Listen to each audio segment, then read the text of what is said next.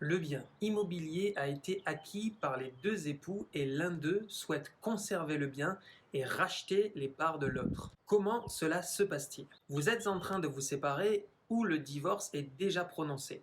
Vous détenez votre résidence principale en indivision, mais pour des raisons pratiques ou affectives, l'un de vous souhaite conserver ce logement et en devenir l'unique propriétaire. Le fait de racheter la part de son ex-conjoint s'appelle le rachat de Soult. Vous souhaitez donc tout savoir concernant le rachat de Soult, appelé plus communément rachat des parts de la maison? Alors vous êtes au bon endroit.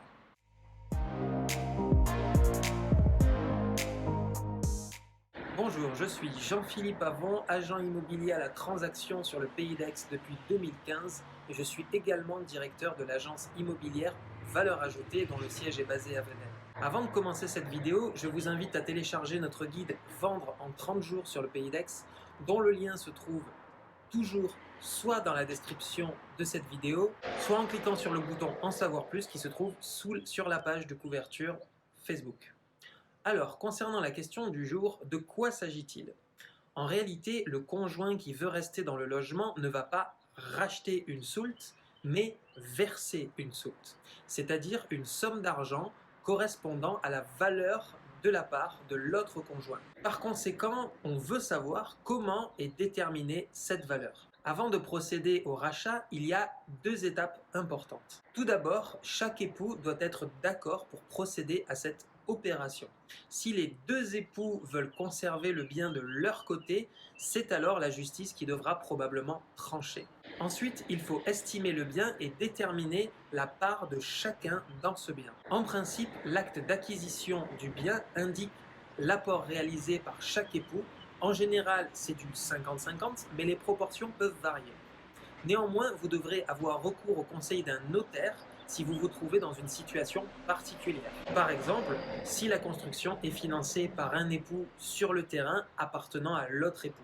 La soulte tiendra également compte du montant de crédit restant dû. Par exemple, vous détenez un logement moitié chacun. Ce logement est estimé à 400 000 € et il reste encore 150 000 € de crédit à débourser.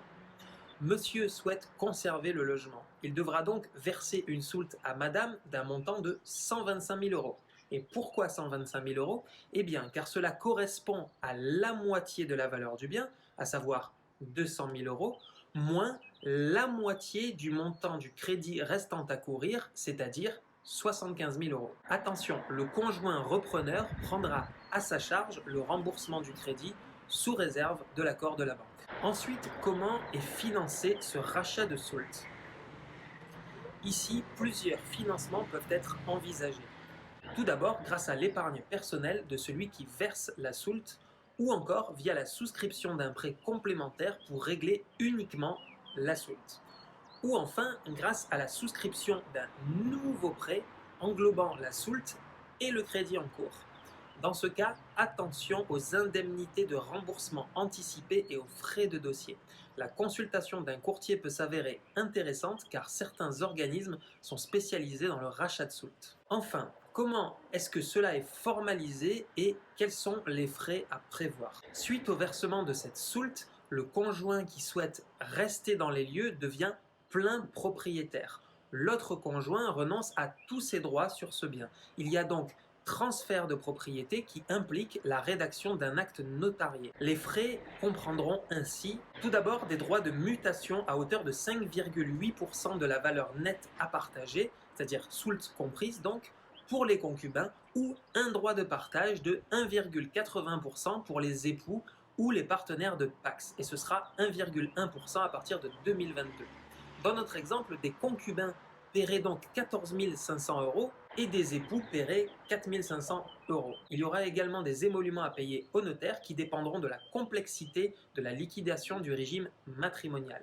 Et enfin, il faudra payer diverses taxes collectées au profit du trésor public, état hypothécaire, taxes sécurité immobilière, etc. En principe, ces frais sont partagés entre les conjoints à parts égales, mais il peut en être décidé autrement.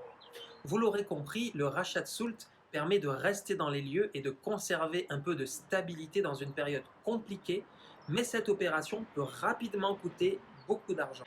Donc, comme toujours, faites-vous entourer des bonnes personnes. Pour clôturer cette vidéo, je vous invite encore une fois à télécharger notre guide Vendre en 30 jours sur le Pays d'Aix, dont le lien se trouve dans la description de la vidéo. C'est un guide qui vous permettra de préparer au mieux votre vente. J'espère que vous avez apprécié cette vidéo et quant à moi, je vous retrouve pour de prochaines. D'ici là, prenez soin de vous et bonne vente.